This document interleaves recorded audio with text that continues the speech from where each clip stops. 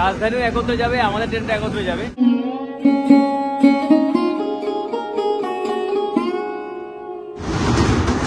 But আমাদের তো local, তবে এক্সপ্রেস, রাজধানী এক্সপ্রেস। রাজধানী বেরিয়ে গেছে, রাজধানী স্পিড অবশ্যই বেশি।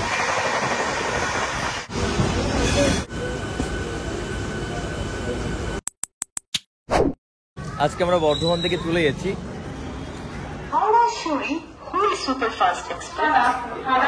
আমাদের পাশে যে ট্রেনটা দেখতে পাচ্ছেন এটাও কিন্তু হাওড়া যাবে, বাট এটা আমরা হাওড়া যাবো না, কারণ এটা হচ্ছে লোকাল। আর আমরা যেটা যাবো 8:35, সেটা হচ্ছে গ্যালোপিন।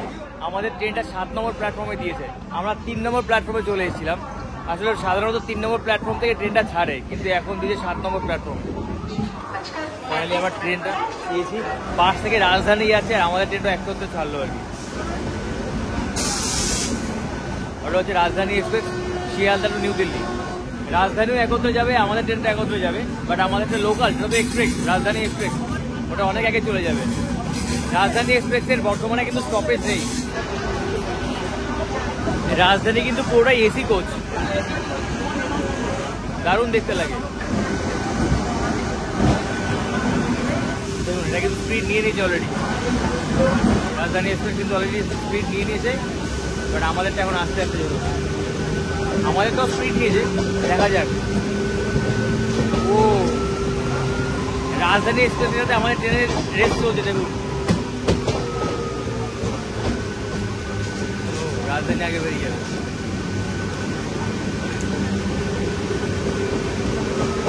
রাজধানী বেরিয়ে যাচ্ছে, আমাদের তো স্পিড নিয়েছে। বাও, দেখা যাক কে যেতে।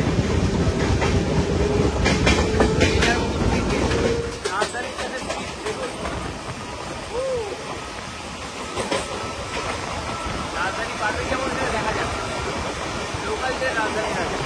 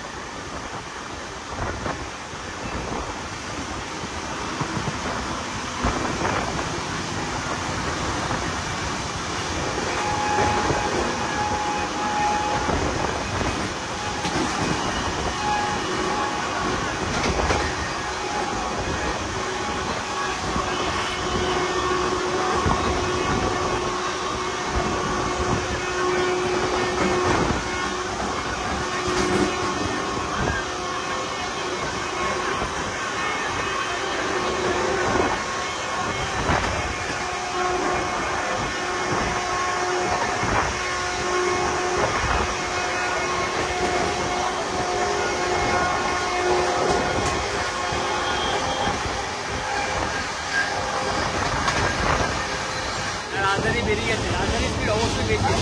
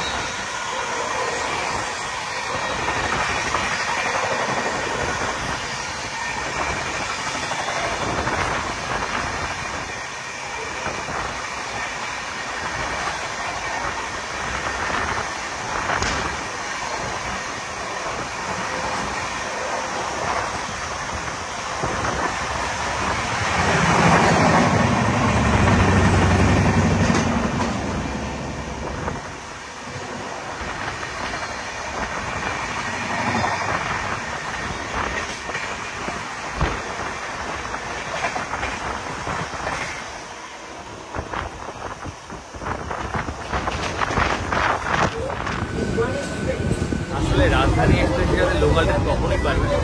রাজধানী এক্সপ্রেস রাজধানী এক্সপ্রেস।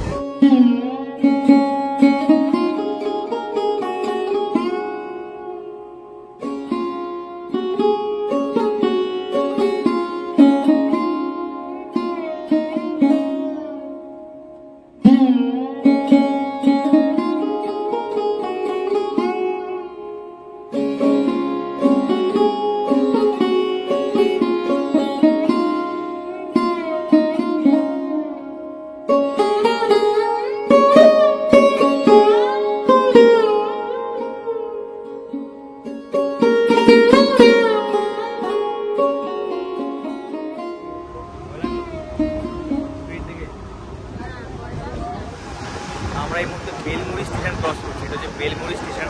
এই ট্রেনটার একটা সুবিধা কি, একদম গেল কিন্তু কোনো স্টেশনে দাঁড়াচ্ছে না, একদম ডাইরেক্ট হাওড়া।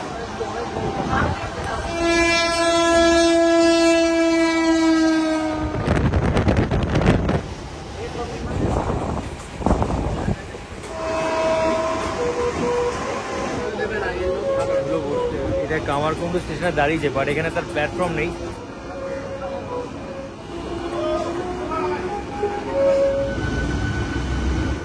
বলরামবাটি সেই স্টেশনেও ট্রেনটা দাঁড়াবে মনে হয় না, একদম স্লো হয়ে গেছিল, দাঁড়াবে না এখানে।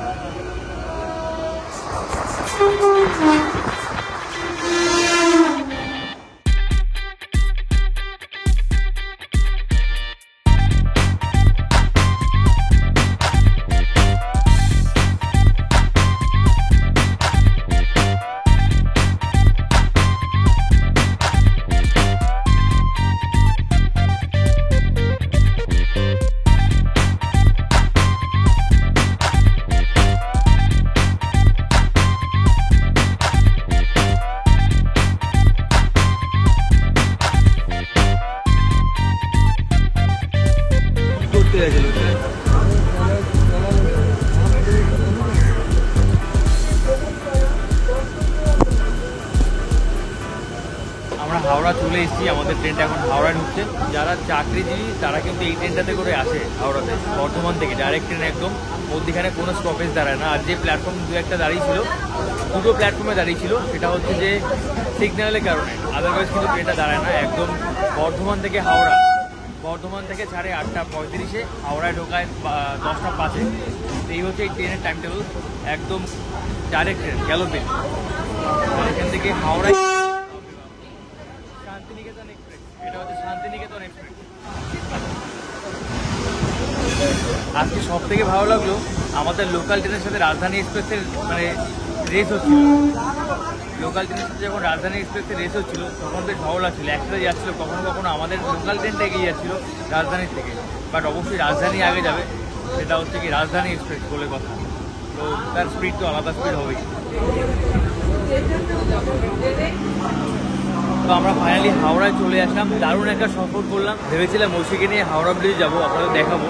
যদিও বা ঐশীকে নিয়ে আগে গেছি আমি হাওড়া ব্রিজে, তবে ঐশী দাঁড়া দাঁড়া করছে, এখান থেকে তাড়াতাড়ি করে চলে যেতে হবে।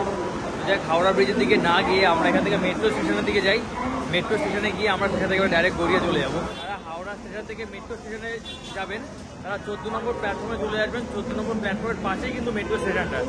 আর যারা টিকিট ছাড়া আসবেন এখানে 14 নম্বর প্ল্যাটফর্ম থেকে যাবেন, তাদের কিন্তু প্রবলেম হবে। যাদের কাছে টিকিট থাকবে তারাই কিন্তু একমাত্র 14 নম্বর প্ল্যাটফর্ম থেকে মেট্রো স্টেশন যেতে পারবে।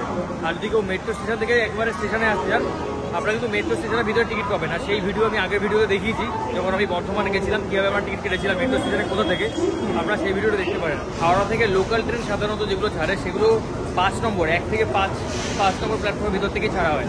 তার বাইরে থেকে যেগুলো ছাড়ে সেগুলো সব মেল, এক্সপ্রেস এগুলো ছাড়া হয়।